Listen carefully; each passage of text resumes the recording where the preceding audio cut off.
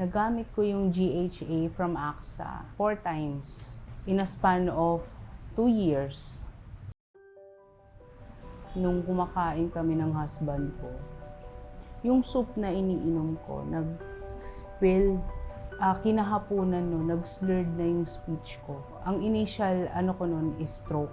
Tapos pagpunta namin sa emergency room, na-confirm ka na stroke siya. Binigyan kagad kami ng large private room and sila na nag-asikaso ng doctors na affiliated with AXA.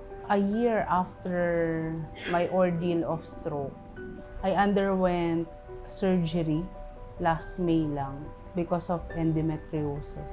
After the treatment, I went to rehab, speech and physical rehabilitation.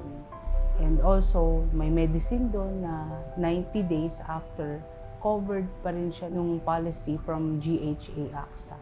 Both me and my husband were confident na we will get the best treatment since we have AXA insurance. Nagamit ko yung GHA from AXA 4 times in a span of 2 years.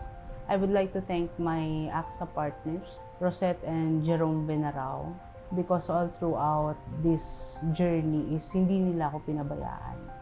To my friends and family, nire-recommend ko talaga na kumuha sila ng insurance from AXA para sila din protected.